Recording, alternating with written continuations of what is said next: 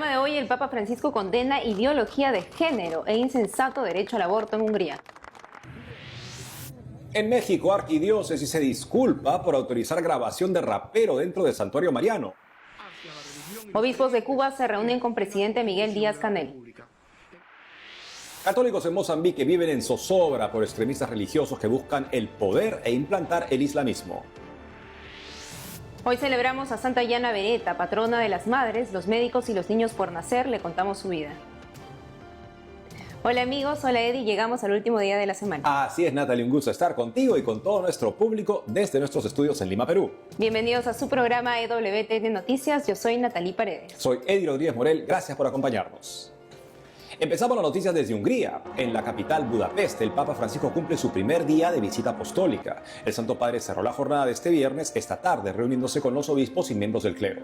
Durante su discurso, el Papa indicó que una de las exigencias más importantes para pastores y laicos es saber interpretar los cambios y las transformaciones en nuestro tiempo, tratando de afrontar los desafíos pastorales de la mejor manera. Resaltó que esto solo es posible mirando a Cristo como nuestro futuro. El Papa también destacó que la primera pastoral es el testimonio de comunión, porque Dios está presente donde hay caridad fraterna. Por eso llamó a superar las divisiones humanas para trabajar juntos en la viña del Señor. Ahora veamos más sobre las actividades del Papa Francisco esta mañana.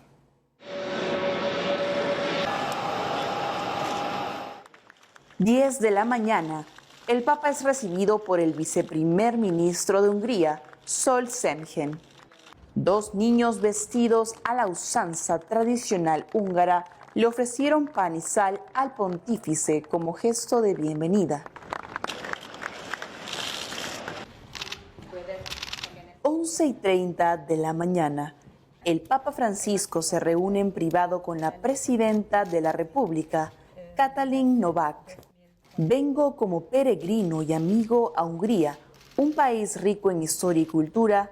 Desde Budapest, la ciudad de los puentes y los santos, pienso en toda Europa y rezo para que unida y solidaria sea también en nuestros días una casa de paz y una profecía de acogida, ha escrito el Papa.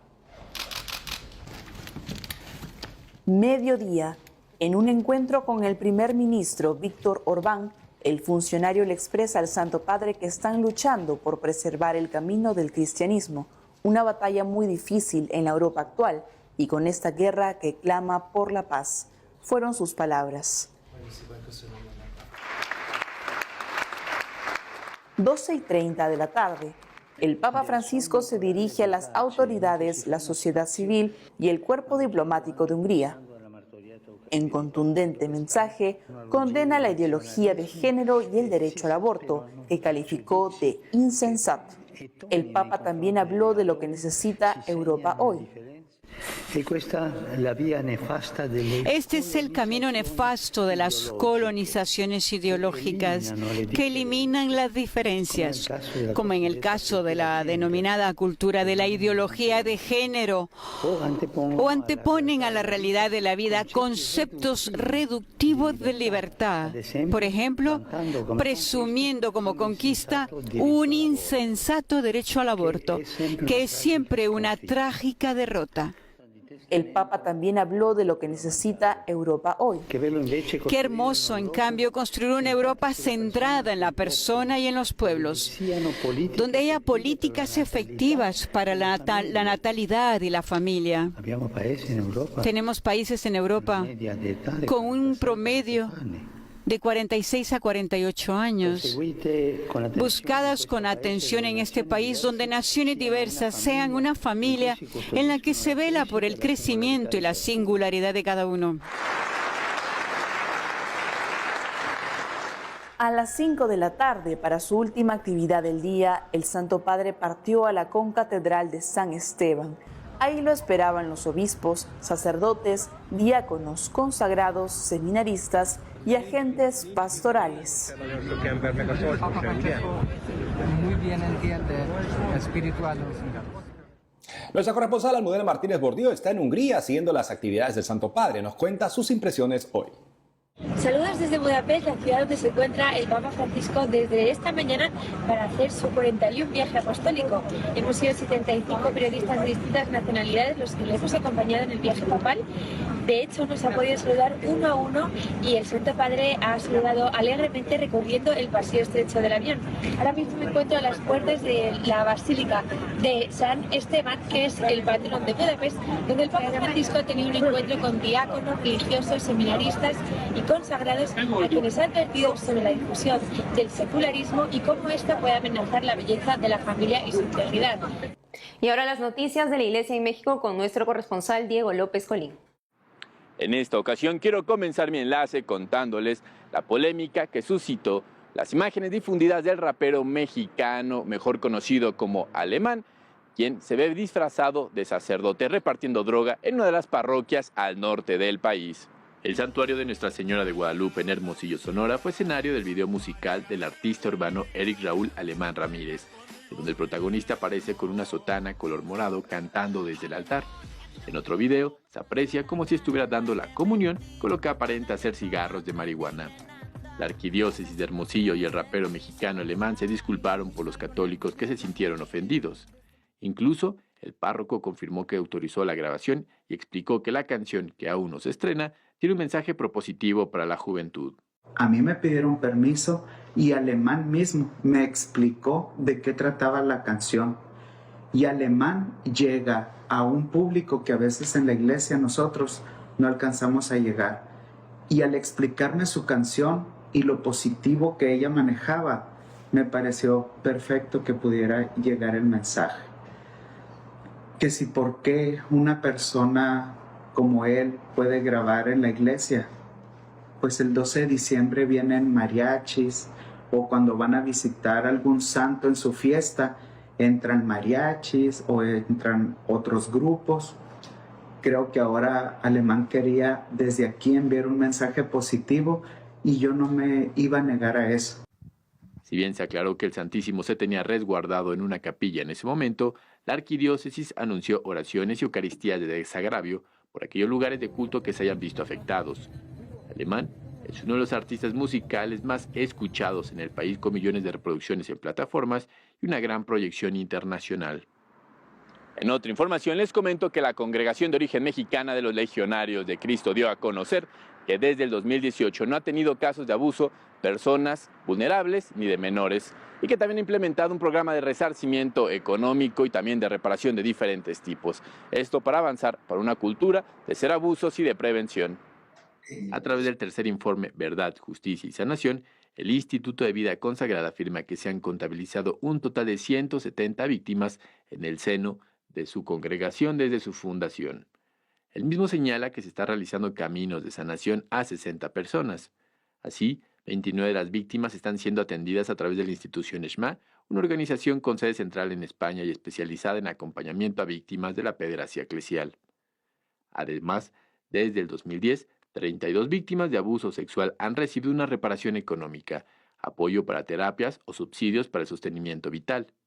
En esta materia, desde la institución se remarca que participar en este programa de reparación no conlleva condiciones de guardar silencio ni renunciar a futuras reclamaciones o acciones legales. Todo esto como parte de su compromiso con las víctimas de abuso por parte de miembros de la congregación, la sociedad y la iglesia. Reportó para EWTN Noticias, Diego López. En Cuba, los obispos se reunieron este miércoles con el presidente Miguel Díaz-Canel. La cita en el Palacio de la Revolución fue parte de los encuentros del gobierno con diferentes sectores de la isla. Los prelados expusieron sus criterios y visión sobre la realidad que viven los cubanos. Según informaron los obispos, no se detuvieron en situaciones concretas de la iglesia, sino que compartieron con todo respeto, sinceridad y claridad sus inquietudes y valoraciones. Por su lado, la presidencia de Cuba informó que abordaron temas relacionados con la labor de la iglesia, la situación socioeconómica del país, el fortalecimiento de valores en la sociedad, entre otros asuntos de interés común. De acuerdo a la comunicación oficial, los prelados agradecieron la posibilidad del intercambio, que fue ocasión para que las autoridades renueven su compromiso por el pueblo cubano y con todo aquello que favorezca un clima más sereno de paz, concordia, respeto de todos y esperanza. Más noticias de la Iglesia Católica en Cuba con nuestra corresponsal Rachel Díez.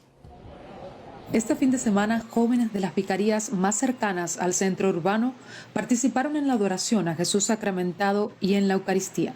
Ocurrió en la sede de la comunidad de San Egidio, en La Habana Vieja. Desde enero hemos creado este espacio, el último lunes de mes, tener la Santa Misa para encontrarnos, para tener la adoración eucarística, y así también sea un espacio de reconciliación para quien quiera acercarse al sacramento de la confesión. También estas celebraciones eucarísticas cada mes es una preparación espiritual, una preparación, diríamos, para entrar en sintonía con la peregrinación a Lisboa, que la delegación cubana se está preparando. De La Habana, concretamente, alrededor de más de 100 peregrinos, es la diócesis que más peregrinos tendrá. La oración de los jóvenes en San Egidio fue acompañada por el obispo auxiliar de San Cristóbal de La Habana, Monseñor Eloy Domínguez, y por el cardenal cubano y arzobispo de la capital, Monseñor Juan de la Caridad García. Me vienen tres palabras fundamentales: camino, que hacemos el camino juntos; encuentro con Jesús; encuentro entre nosotros; encuentro con nuestra conciencia, para que sea el Señor quien dirija nuestra vida en el camino. Y tercero, el volver a Jerusalén. Volver a Jerusalén es volver también al amor primero, a estar con Él, a vivir con Él y también a testimoniarlo donde quiera que estemos. Los jóvenes agradecen este compartir pascual que los pone en sintonía con el mayor evento de las juventudes católicas. Nos reunimos por el amor y la fe. Entre todos tenemos esta vocación para prepararnos mejor hacia esta Jornada Mundial de la Juventud en Lisboa, la cual estamos realmente muy animados en participar como parte de la delegación cubana y representar también lo que somos los jóvenes católicos en Cuba. Las experiencias de intercambio en torno a la Santa Misa vinculan a los peregrinos y animan a las comunidades en medio de uno de los mayores éxodos juveniles de la historia de la nación. Ha sido un honor poder recibir en nuestra sede a otros jóvenes de otras comunidades, porque es un gesto también de universalidad de la Iglesia, cuánto puede hacer, cuán grande es, cuánta vocación tiene y cuánta fe continúa transmitiendo en la ciudad. La próxima cita joven será el domingo de Pentecostés. En La Habana, Cuba, Rachel Díez, EWTN Noticias. La congregación Instituto del Verbo Encarnado recibió hace poco una serie de drásticas medidas por parte del comisario pontificio o superior general nombrado por el Vaticano. Esta autoridad representa una medida dura que sirve para discernir el cambio o mejora en una congregación religiosa o su disolución. Con alrededor de 40 años de trayectoria, el Instituto del Verbo Encarnado hace misión en los 5 continentes. En la siguiente nota, conozcamos cuáles son las principales preocupaciones del comisario pontificio. El comisario pontificio de la congregación, cardenal Santos Abril y Castelló, envió una misiva a los miembros del instituto en la que indicó que después de 30 años de intervenciones de la Santa Sede y siendo el cuarto comisario pontificio, las cosas poco han cambiado. En un llamado de atención, el purpurado español lamentó que en marzo de este año se realizó sin su conocimiento ni permiso un encuentro con el padre Buela en Italia, un hecho que calificó de realmente grave por las restricciones que pesaban sobre él y porque se trató de una casa bajo su directa jurisdicción en cuanto a comisario pontificio. Por eso, alentó a los miembros del instituto a ser obedientes. Por otro lado, destacó la importancia de la vida comunitaria. Al respecto, señaló que los datos enviados por los superiores provinciales son preocupantes, ya que las presencias del instituto apenas cuentan con 1 o 2 religiosos. Destacó que hay otras presencias que ni siquiera están canónicamente erigidas, contraviniendo al Código de Derecho Canónico. Notificó también que con la información todavía incompleta, casi 275 religiosos, la mayoría sacerdotes, han abandonado el Instituto del Verbo Encarnado. Ante la situación, el purpurado pide a los consejos provinciales que inicien un proceso de revisión y recalificación para tener al menos 3 religiosos devotos perpetuos en cada comunidad. Finalmente, el cardenal Santos Abril y Castelló también determinó 3 prohibiciones al Instituto del Verbo Encarnado. 1. Que no se hagan nuevas fundaciones o prefundaciones. 2. No permitir el paso de religiosos de la vida apostólica a la vida monástica y viceversa. 3. La imposibilidad de hacer traslados sin permiso escrito del comisario. Hacemos una pausa y al volver, católicos en Mozambique viven en zozobra por extremistas religiosos que buscan el poder e implantar el islamismo. Hoy celebramos a Santa Yana Beretta, patrona de las madres, los médicos y los niños por nacer. Le contamos su vida. Ya volvemos con más noticias con Enfoque Católico.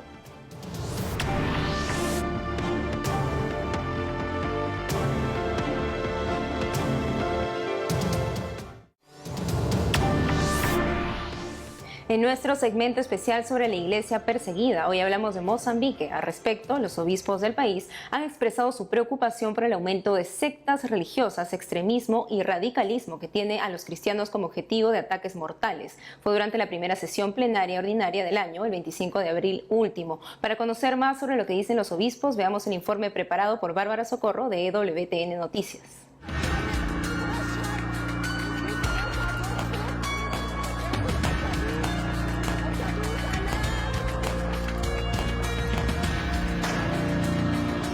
Su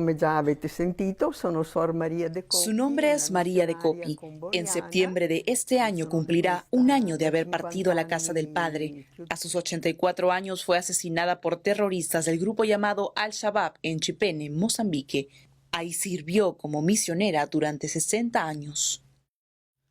Horas antes de ser alcanzada por los terroristas, la religiosa italiana envió un audio a su sobrina. He perdonado a los que me matarán. Tú haz lo mismo. Nos vemos en el paraíso. Fueron sus últimas palabras difundidas por la prensa italiana. Los terroristas islámicos quieren gobernar Mozambique, al sudeste del África. Se cree en la solución al gobierno democrático que no resuelve los problemas que tiene al país en la miseria. Al mismo tiempo, pretenden que en Mozambique solo haya una religión, el Islam. Por eso hacen una limpieza étnica y religiosa para declarar el territorio como tierra islámica. En el 2021, el país entró en la lista mundial de persecución y la hostilidad contra los cristianos y continuó empeorando. En 2022 subió 9 posiciones como reflejo de la creciente presión sobre los cristianos.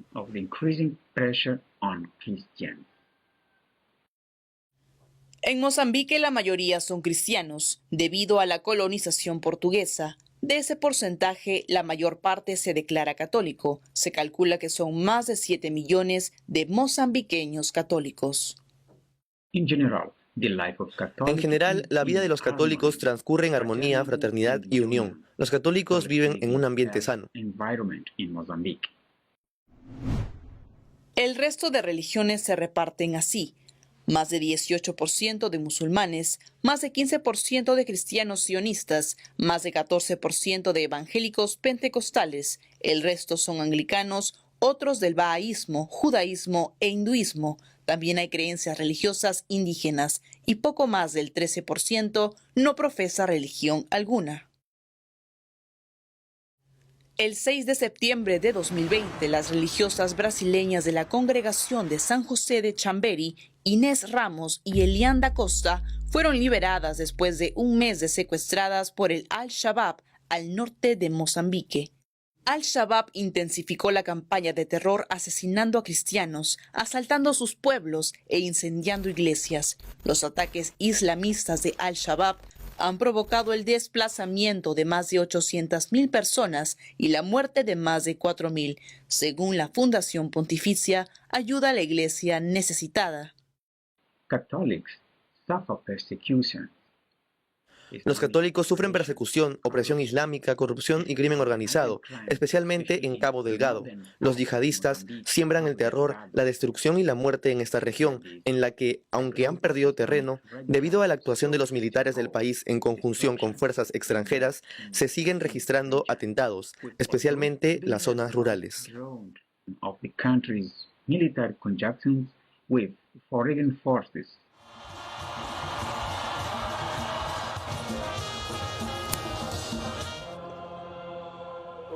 El Papa Francisco visitó Mozambique en el 2019. Pidió a las autoridades paz duradera que favorezca el desarrollo y un futuro digno.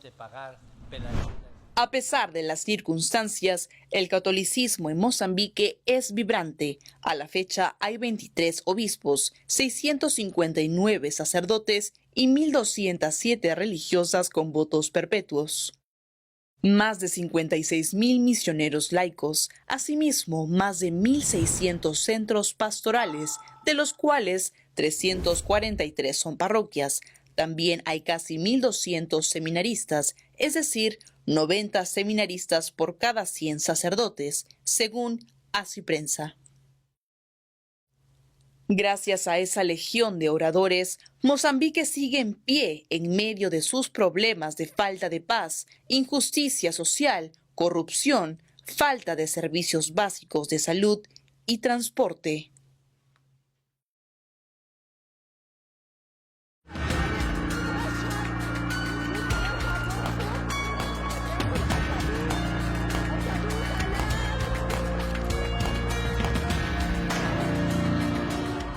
Como cada 29 de abril, la Iglesia Católica celebra a Santa Yana Beretta. Fue madre y médico cirujano. Es considerada patrona de las madres, médicos y de los niños por nacer.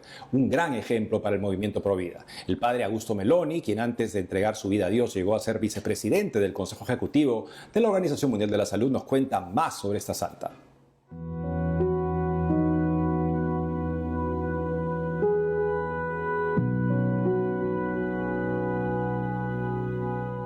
Es una santa de hoy, pues canonizada por el Papa San Juan Pablo II el año 2004. Nació en Milán, una ciudad que se llama Magenta, ahí, en 1922. Y es una santa que es patrona de las madres, de los médicos y protectora de los niños por nacer. Nace en una familia de fe, discierne inicialmente su vocación, el camino a la santidad que el Señor le prepara y descubre que es en la vida matrimonial. Estudia medicina, se casa con un ingeniero y va a ser madre de 3 hijos y esposa y médico simultáneamente. Se dedica a la pediatría y Santa Yana, después de ser madre de 3 niños, descubre en los exámenes y controles médicos que tiene un tumor en el útero, un mioma uterino, que pone en riesgo el embarazo que está llevando, porque este diagnóstico se hace cuando está ya gestando de 2 meses de su 4º embarazo. Y entonces ella, mujer de fe, que tiene claridad de la vida como don de Dios, como médico comprende que está en un embarazo de riesgo y tiene claramente desde el inicio la decisión que ese embarazo tiene que llegar a término. Y entonces es un embarazo riesgoso, es sometido a una cirugía. El riesgo, claro, yo podría hacer un comentario biomédico, probablemente era de una ruptura uterina, una hemorragia severa que pudiera en riesgo la vida de los 2, de la madre y del niño, pero ella, sabiendo el riesgo, elige, si tuviera que elegir en algún momento, y da indicaciones expresas que se salve la vida de su hijo, que va a ser una niña, que va a tener el nombre también de ella, Yana. Llega a la fecha de la gestación, 7 días después, Yana fallece. Ella, diríamos, tuvo una vida eucarística. Ella, con plena conciencia, se ofrece para dar vida y vida a su hija, como el Señor, que es el camino, la verdad y la vida, viene a nosotros para dar vida. Y entonces una persona de fe como Yana nos enseña en este tiempo que nosotros estamos llamados a seguir a Jesucristo, que es el camino, la verdad y la vida.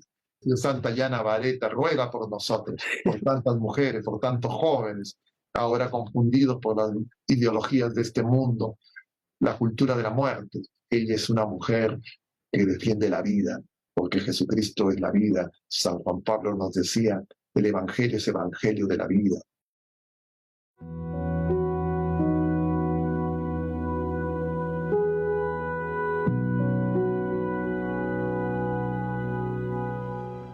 Este sábado el Papa Francisco tendrá una reunión con los pobres y refugiados en Hungría. También sucederá un encuentro con los jóvenes. Nos despedimos con los mejores momentos del primer día del Papa en Hungría. Hasta el lunes.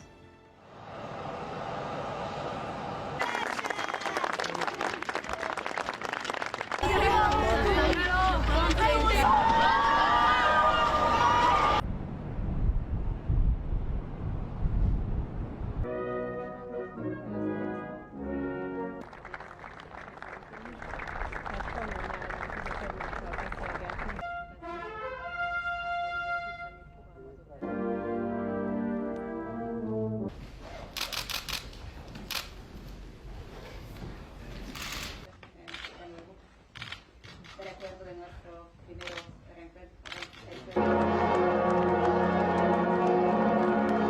Die konnte niet.